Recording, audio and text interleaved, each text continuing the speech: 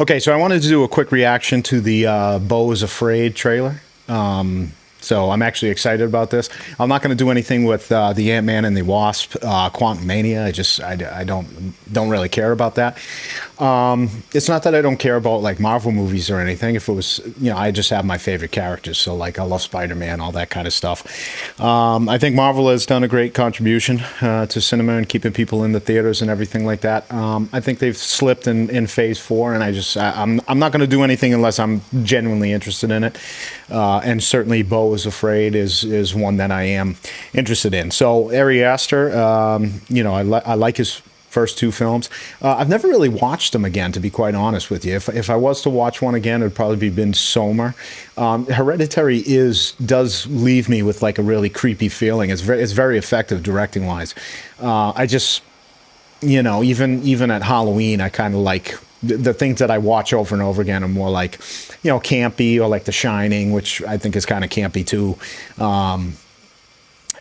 With Midsommar, I don't think I'm ever in the mood to, start a film off with, with a suicide and then go into like a cult place, even though I understand there are comedic moments to it. And it's a little bit, I think, if I was to rewatch one again, it would be that one. But I'm certainly excited to see anything that he puts to film, and certainly with Joaquin Phoenix in the starring role. I couldn't imagine being more excited. So let's take a quick look, analyze it together. So, I mean, the colors look awesome, and that kid just looks like a robot, which is cool. Yeah, that kind of stuff is cool. Cool filmmaking right there. Joaquin looks good. Little fucking little horseshoe, maybe. A little balding horseshoe. All right, he's on pills. Obviously got some problems. Now, it looks like the background is going to be a big part of this, which I love. I love that kind of stuff. Obviously, this guy is not...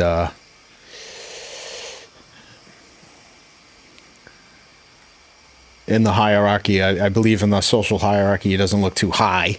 Again, the background just looks like it's going to be a major player, which I love. I'm a huge fan of like the Naked Gun movies, stuff like that. I love when the background gets involved like that and creates the environment for the story. Some great actors in here for sure. Yeah, this stuff looks good. It looks like he's moving more towards like the comedy aspect, like maybe a little evolution from Midsommar, which is great. I'd love to see that from him. I love that. I can't remember that guy's fucking name, but he was in the Birdcage or whatever. I love that guy. I haven't seen him in anything lately, really. Yeah, sets look cool. Yeah, the sets look cool. I like that. That's cool. Little Citizen Kane kind of stuff. I like how he's walking through these little augmented environments. That's cool. Bringing back some of the horror elements for him. Keeping his brand up, This could go one way or the other, but it's definitely exciting me. Yeah. Again, love the sets. All right, he's in the apartment. That's good. If you're familiar with any of Ari Aster's short films, I believe he had a short film called Beau, titled Beau, which is about a guy who thinks someone's trying to break into his apartment because they were. Beau is Afraid. This April, that's not too far away. This April, okay, that's not bad. I won't have to wait too long. As far as just judging it on a trailer, like again, if I'm judging like the craftsmanship of the trailer, to me, the girl with the David Fincher's The Girl with the Dragon Tattoo is such a phenomenal trailer. It's such great craftsmanship that it's almost like a short film in and of itself, and that's like a 9.3 for me, for sure.